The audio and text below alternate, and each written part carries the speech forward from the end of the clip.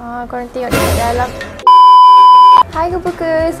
So hari ni Haifah lunch makan menu diet. Korang boleh tengok menu diet Haifah hari ni ada nasi putih, telur masin, lepas tu ikan goreng, timun sikit, ulam sikit. So apa yang wajib kena ada? Mestilah sambal kemiri PG by Pak Gembus.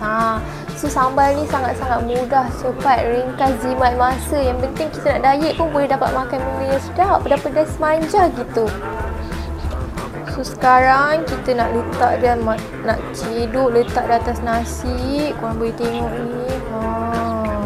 So yang mana nak diet tu boleh makan. Letak sikit dekat ikan goreng kita kan. Okay, jom makan. Dah tiba masa untuk makan, jom makan.